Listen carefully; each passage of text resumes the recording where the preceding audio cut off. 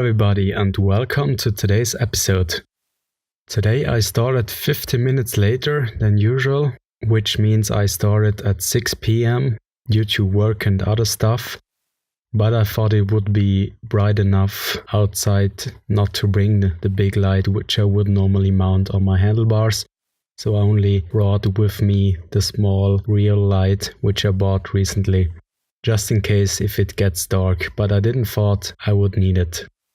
Being 50 minutes later meant also that I had to stop at the railroad crossing as the train was passing by. I usually stop there my timer not to mess up my riding, as I tend to be there when the interval starts right where the gate is, which I have to pass and obviously get off my bike. I have to push it through the gate and then get back on the bike, which is normally a bit of a problem if the interval starts right after it, as I won't be able to start on time there. The uphill itself was good as usual, especially the warm-up. It's getting easier and easier, and it's a lot of fun riding at such a high speed while only doing the warm-up and not even pushing that hard. It's really satisfying to see that the effort I'm putting in gives me some positive results, as my stamina is increasing and my overall fitness is improving too.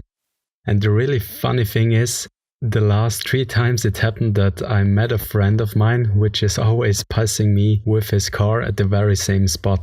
Where I'm meeting him, it's usually within a range of 20 to 30 meters. You probably have those friends too. They put down the window and either scream out something stupid or they honk at you and show you some stupid signs with their hands just to make a fool of you.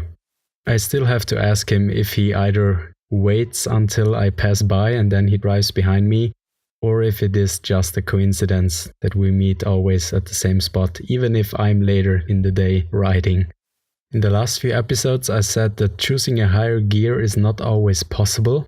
To be honest, after today's ride I have to revert back my statement, as it looks like, as I'm pushing harder and choosing the higher gear, my body already adapted itself, and choosing a higher gear is now not that hard anymore. It's still hard, that for sure, but it's getting a bit easier.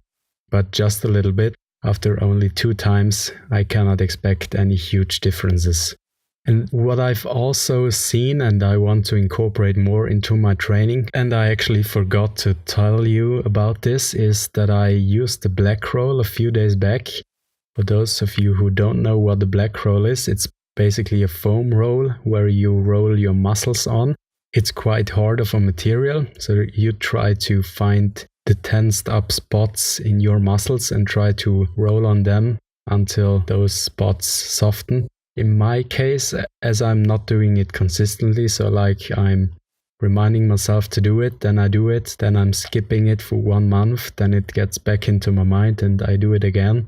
So consistency probably is also the key there, as I assume those hard spots in my muscles have built up in the last few years, so just by 1 session of rolling it, I guess it won't go away that fast. And I also assume that after each ride, the spots tend to tense up a bit more.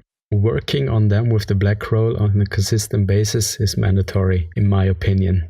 And after just 1 set of black rolling, the last time my legs felt some sort of more mobile. So moving them has been easier, so I will try to incorporate that more as said into my training to see how much of an improvement it can get me. And in today's last interval section, I had to go further up the steep ramp as I did the previous times, and I definitely have to tell you that I hate that section. Even after doing it several times, you probably think, oh, he's training every other day. His discipline is on point, his motivation is on 100%. But to be honest, I hate it every time. Like, I would like to quit any time during that uphill. But the one little trick which I'm applying, so I've developed, let's say, a good portion of discipline, which keeps me on pushing. I'm always thinking about, if I'm quitting now, it will get better within a few seconds. So the pain is just in this moment, and if I'm quitting, the pain will fade away and I'm the one who has given up. But one thing which keeps me moving ahead is that I use this anger, this hate, which I have against this pain, which is caused by the steep uphill in my legs and my lungs and my body overall. And I try to stick that hate into my discipline and my motivation. Therefore, it's some sort of driver which keeps me pushing more and more. And I try to use this emotion in my advantage. And recently I also adopted a mindset which is, or some sort of mantra, outwork them all.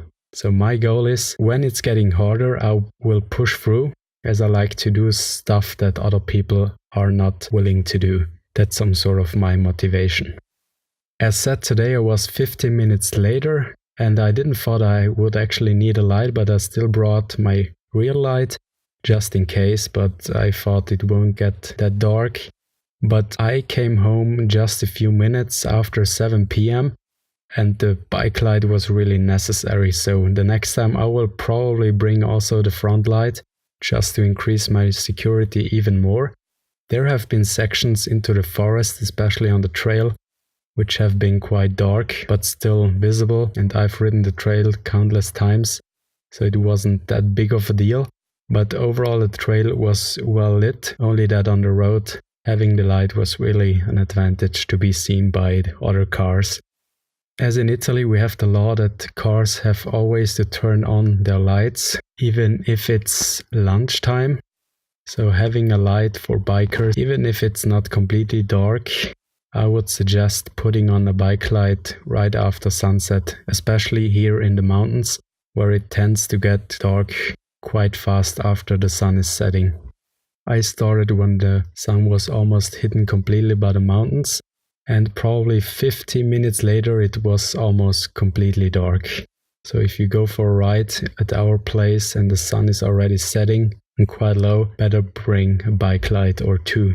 With that said, thank you for listening, and until the next time.